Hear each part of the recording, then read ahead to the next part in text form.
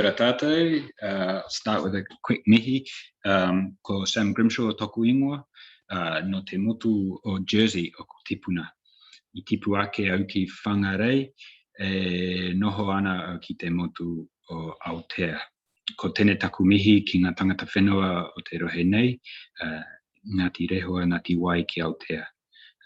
Ka mihi hoki o ki ngā tahu o te rohe nei. Ko Hiraki Mata te maunga, ko Kaitoke te awa, ko Rangitawhiri te whanga, ko Aotea te motu. Nō reira, tēnā koutou katoa. So yeah, that's me here on Aotea Great Barrier Island. There's a picture there just to give you an idea of this beautiful place, looking out from the top of Hiraki Mata over Hauturu, Little Barrier Island. Give you a little bit of context. There's not many of us out here. We're spread out over a pretty large area of land. A lot of people live out in the bush there with no cell phone coverage or internet, and live a pretty solitary existence. That said, we have quite a tight community, and good sort of island identity, and a lot of people who live here are proud to be from here. For the young people, there are 3 primary schools, but after that they tend to go off to boarding school on the mainland, given that we've got no secondary school. There are a handful of kids that stay behind, about 30 or so this year, who are enrolled in Te Kura, the correspondence school, but they're not that engaged in it, to be perfectly honest with you. It's like everywhere, it's an island that's not without its issues. We've had several suicides in the last few years. We've got a reasonably high level of drug and alcohol abuse, and just general social withdrawal amongst our young people. So in response to this, there is this kaupapa which is called Kaiarahi Rangatahi, and this is what I'm going to be proposing today as part of this pitch. First of all, the idea of the Kaiarahi as the navigator, relevant to this island. So, so we're people who live surrounded by this moana, which feeds and sustains us, and is also a constant reminder of change. And we have learned to navigate that, just as we learn to navigate our lives. The youth worker is not the Kaiarahi. The young people are the Kaiarahi. They are the experts in their own lives, as the narrative therapists would say. Now, I would propose, given that there's no school here on the island, to take advantage of this and use the island itself as a classroom, focusing on helping these young people to rediscover their tūranga waiwai and give them a feeling of, this is where I'm from. And in doing that, we're drawing together lots of different disciplines.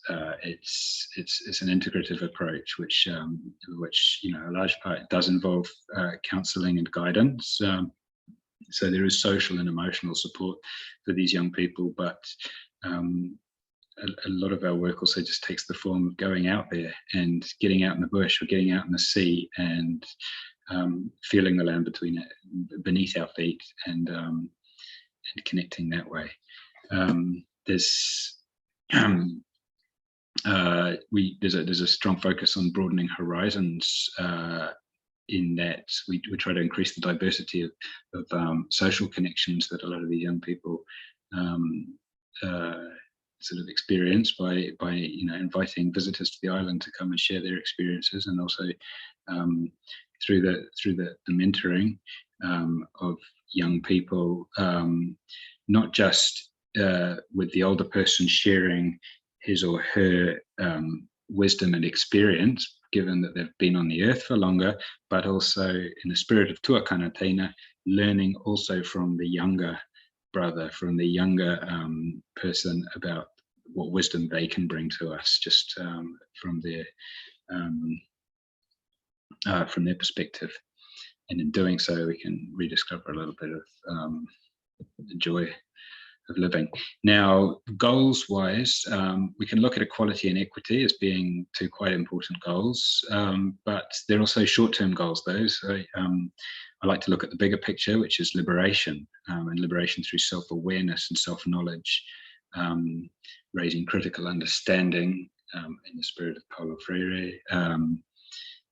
So that involves understanding messages that we receive from others, and being able to read between the lines and understanding why we're receiving these messages, and also what messages we send to ourselves, and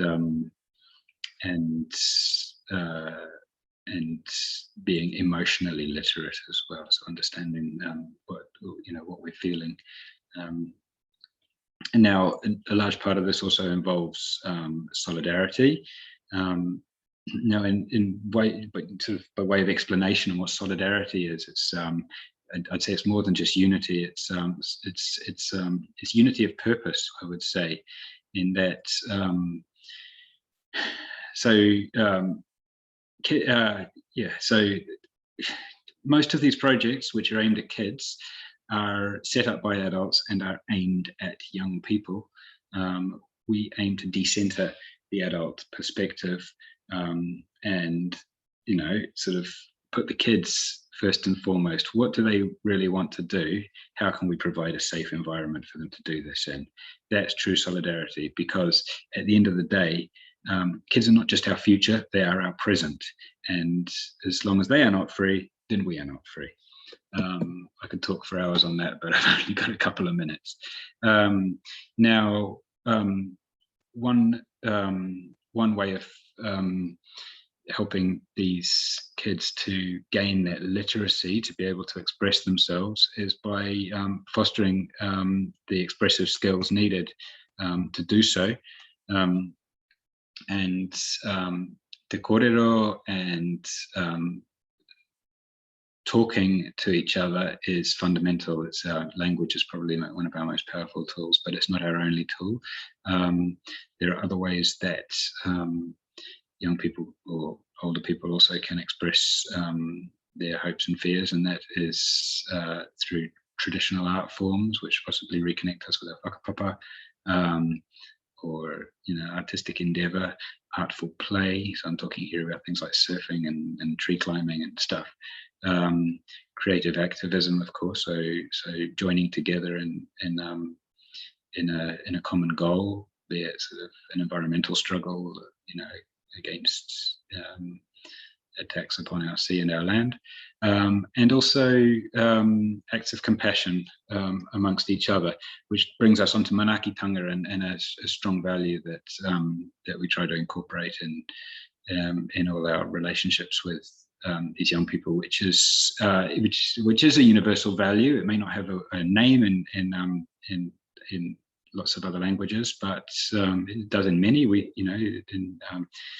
In Samoa, it's mea lofa, the giving and receiving of gifts. Carl Rogers talked about unconditional positive regard. There's Ubuntu in Southern Africa. There's mutual aid coming from the world of anarchism.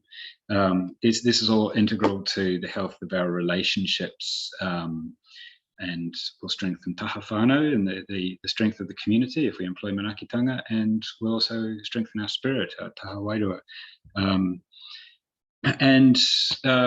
What other tools do we have to draw from to help us through this? Well, we can look at the past experience, lessons from our tupuna, and also more recent lessons from the colonization of this country. So if you can look at sort of the history of the counselling relationship and how it's almost it's quite medicalized, and a lot of emphasis in the past on behavioural control, and under the neoliberal project, it's the marketisation of the counselling, the counsellor-client relationship. We can draw guidance from the Code of Ethics and the treaty, not just as the letter of the law, but as a kind of a guiding star that can sort of help us to um,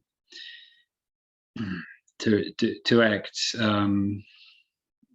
to act with the best wishes of others in mind. And then, of course, lastly, but definitely not least, our other navigational tools are simply the sea, with its constant reminder of change, the sky, with its constant reminder of constancy, and the land, which feeds and nourishes us, and those of us around us who are all teachers and students, real pakonga, helping us to grow as individuals and as a community. Yeah, hope you enjoyed that. Catch up soon. Cheers.